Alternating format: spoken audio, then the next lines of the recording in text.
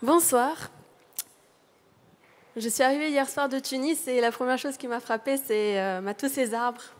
Je me suis dit, si on arrive à planter notre million d'arbres d'ici la fin de l'année, peut-être qu'on réussira à transformer le désert tunisien, un peu comme les jardins qu'on trouve à Nantes.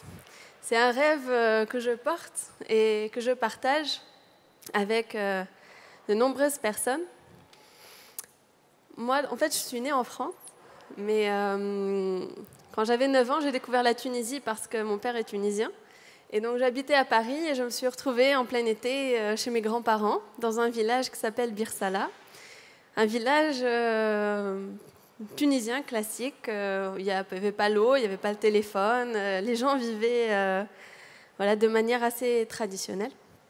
Et je me suis rendu compte qu'en fait, on n'avait pas forcément besoin... Moi, j'habitais à Paris, donc j'avais... Internet, j'allais à la bibliothèque quand je voulais. J'étais très ambitieuse. À l'époque, je voulais devenir astronaute ou Indiana Jones. Et je me suis rendu compte qu'en fait, il y avait des gens qui vivaient dans des espaces comme ça, des espaces arides où presque rien ne pousse, mais qui quand même réussissaient à être heureux, à construire leur vie, à avoir des rêves et à essayer de les réaliser. J'avais 9 ans. Et ça m'a beaucoup apporté et touchée. Et je me suis mise à rêver que moi aussi, je pourrais contribuer à changer un petit peu le monde et à leur apporter ce que moi j'avais, entre guillemets, à Paris, là-bas. Et j'ai commencé quand j'avais 11 ans une association, donc une bibliothèque, et puis rénover l'école, puis rénover le dispensaire. Et puis je me suis rendu compte qu'en fait, ce n'était pas suffisant en fait, de faire ça. Il fallait faire plus. Parce que le problème de ces personnes qui vivent dans ces zones arides, c'est que quand on vit dans une zone aride où rien ne pousse, si on ne peut pas faire pousser de plantes ou d'arbres, on ne peut pas produire notre propre nourriture, on ne peut pas vendre des produits. Et finalement, on finit par perdre espoir. Parce que quand on est dans une situation économique difficile, du fait d'un environnement contraignant, on finit par se poser la question, est-ce que je ne ferais pas mieux de partir ailleurs ? Est-ce que je ne ferais pas mieux de partir dans une ville, aller chercher du travail ou ailleurs dans un autre pays ? Et j'ai découvert que malgré tout, il y avait des gens qui étaient optimistes. Et en 2012, j'avais 24 ans, je venais de finir mon master en littérature française et je suis partie en Tunisie m'installer à la rencontre de ces gens dans ce village de Bir Salah pour lancer une initiative. Cette initiative, c'est de planter 1 million d'arbres en Tunisie, pour lutter contre la déforestation, la désertification, la pauvreté et l'inégalité des genres. J'ai rencontré des femmes d'abord. Ces femmes, donc, c'était en fait les mamans des enfants qui allaient dans le club des jeunes que j'avais construit quelques années plus tôt avec mes parents. Et ces mamans, elles avaient une préoccupation, c'est qu'elles cherchaient une activité génératrice de revenus. Et ces mamans sont des agricultrices, propriétaires de terres, et qui avaient juste besoin d'une impulsion pour démarrer des projets. Et je me suis dit, mais attendez, il y a plein de gens dans le monde qui plantent des arbres, il y a plein de gens dans le monde qui font des projets super, pourquoi nous, en Tunisie, on ne fait rien ? Et je me suis mise à chercher sur Internet, comme une grande. Grâce à Google, j'ai trouvé plein d'idées. Et notamment, une idée, c'est de planter des acacias. Pourquoi les acacias ? Parce que l'acacia, c'est un arbre très résistant qui pousse dans les zones arides, et qui va aller chercher l'eau jusqu'à 100 mètres de profondeur. Et dans ces régions-là, il faut aller puiser l'eau à au moins 80 mètres de profondeur pour la trouver. Et en plus, on trouve de l'eau en général salée. Donc on ne peut pas planter n'importe quel type d'arbre. Et donc tous ces arbres qu'on voit ici, ils ne pousseraient pas là-bas. Il faut choisir des arbres qui sont adaptés. Mais la question, c'était comment faire en sorte que ces femmes, elles soient vraiment motivées en fait, pour planter ces arbres et pour lutter contre la désertification. Il fallait trouver des arbres qui puissent produire des choses qu'elles puissent vendre. Et on s'est mis à planter des acacias ensemble, 1000, 2000, 10 000, puis du moringa, puis des arbres fruitiers. Et puis on s'est dit, oui, mais ce n'est pas suffisant. Il faut planter des arbres, c'est bien, mais aussi il faut trouver les bonnes techniques de plantation.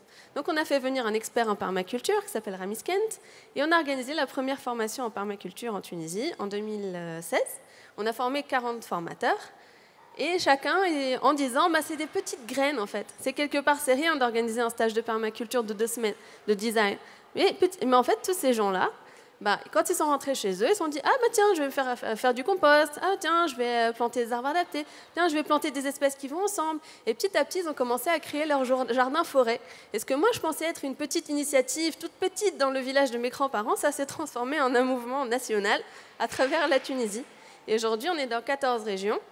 Et on travaille donc à restaurer ces terres-là et à faire en sorte que ces terres arides, eh bien, elles deviennent plus fertiles et à créer des jardins-forêts. Donc on est des milliers en Tunisie à planter des arbres et à créer des jardins-forêts. Et moi, je suis très fière de cette photo-là parce que c'est des femmes donc, de Bir Salah ce terrain, il n'y avait rien avant dessus. Et elles n'auraient jamais eu l'idée d'aller planter quoi que ce soit dessus parce que pour elles, considéraient que c'est un terrain aride et rien ne va pousser là-dessus. Mais grâce aux techniques de permaculture, le compost, le purin d'ortie, etc., elles ont réussi à créer des jardins là où il n'y avait rien. Et de ces jardins, elles arrivent à nourrir leur famille, mais aussi à vendre. Et du coup, on s'est dit, bon, ça c'est bien tout ça, mais comment on fait pour aller plus loin? Donc on a créé une application mobile qui s'appelle 1 Million Trees for Tunisia et on a engagé tous les Tunisiens à planter avec nous. Donc on a créé ce mouvement, et donc on a des Tunisiens partout dans la Tunisie qui sont engagés avec nous, qui ont planté, et au final on a planté jusqu'à présent plus de 300 000 arbres. C'est un petit début, mais quand même on en est assez fiers, parce que planter 300 000 arbres dans le désert, je peux vous dire que c'est pas facile. Surtout, c'est pas facile de faire en sorte qu'ils survivent, parce que dans le désert, il n'y a pas d'eau. Et un arbre, il a quand même besoin d'un minimum pour survivre. Et donc nous, notre rôle, en fait, c'est pas seulement de planter des arbres, mais c'est planter des graines de conscience. C'est de dire à ces gens, ok, vous avez planté votre arbre, maintenant il faut s'en occuper. Il faut que cet arbre il puisse pousser, comme les arbres qu'on voit ici, parce qu'il ne va pas pousser tout seul. Et donc aujourd'hui, on a des personnes un peu partout dans la Tunisie, mais aussi on a inspiré d'autres à travers l'Afrique du Nord, je pense, et on a des femmes qui vivent de ce projet. Aujourd'hui, on a à peu près 80 femmes qui travaillent avec nous pour construire un monde meilleur, pour lutter contre la désertification, améliorer leurs revenus, mais aussi produire des produits qui sont bons pour la santé et bons pour la planète. Parce que j'imagine que vous tous ici, vous avez envie aussi d'avoir accès à des produits qui sont de qualité, naturels et qui sont bons pour votre santé.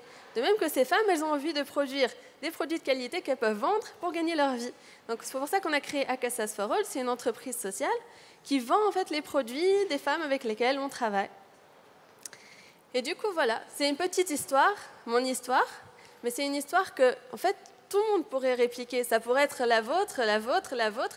N'importe qui ici, aujourd'hui, peut faire quelque chose pour la reforestation à travers le monde et pour la lutte contre la désertification. Parce que la désertification, elle touche 70% des terres à travers le monde. Elle touche 1,8 milliard de personnes. Et si on ne fait rien, on risque de gros dégâts.